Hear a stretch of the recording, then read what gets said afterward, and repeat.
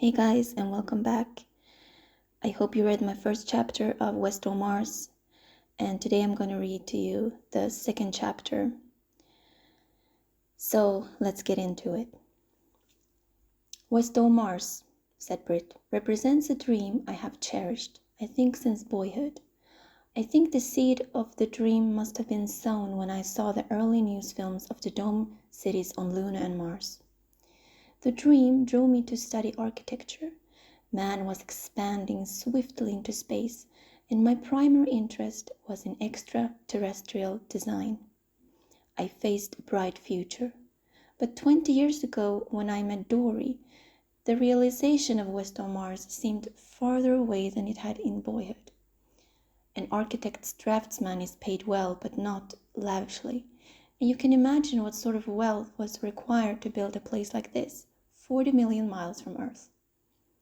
My trouble was, I was in a hurry. My weakness was, I knew that the turn of a card or the roll of the dice could double my weekly salary. It could, but of course, as often as not, it didn't. Consequently, I might be rich for a day, only to go hungry for a week. It was during one of the hungry periods in 2060 that I attended a meeting of the Astronaut Club for the sake of my stomach. I was living then in Huntsville, the Alabama spaceport city, and it was for business reasons that I belonged to the Astronaut Club. The food was fair, the speeches dull.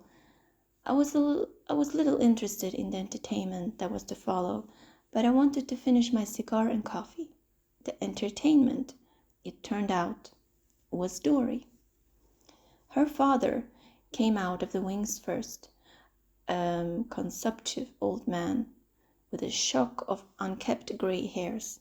In the center of the table, he laid a small rubber ball, a coin, and a pair of dice.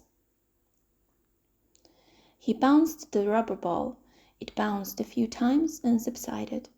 After a couple of helpful astronauts had prevented it from rolling off the edge of the table, he tossed the coin about a dozen times and rolled the dice about a dozen times to prove that the falls were at random. All the while he gave out a tired, monotonous spiel about the laws of chance. Then Dory came out. She was too thin to be pretty, but there was a childish appeal about her. She had big dark eyes and a sad little face and almost colorless hair. She impressed me not at all. What held me then was that something obviously was to be done with dice. The old man bounced the ball again. Dory stood a little way from the table and did nothing but keep her eyes on the bouncing ball. It bounced. It kept bouncing. It did not slow down. At the top of each arc, something invisible seemed to give it an additional downward push, so that it did not stop. When it drifted toward the edge of the table, something invisible seemed to guide it, gently but forcefully back to the center.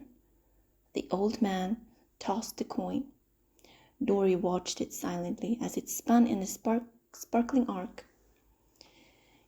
It fell heads. He tossed it again. It fell heads. As long as anyone at the table still doubted, 19 times, I think he tossed the coin and it fell heads. The old man rolled the dice. Dory watched them as they rolled. They fell 7. He rolled them again. They fell 7.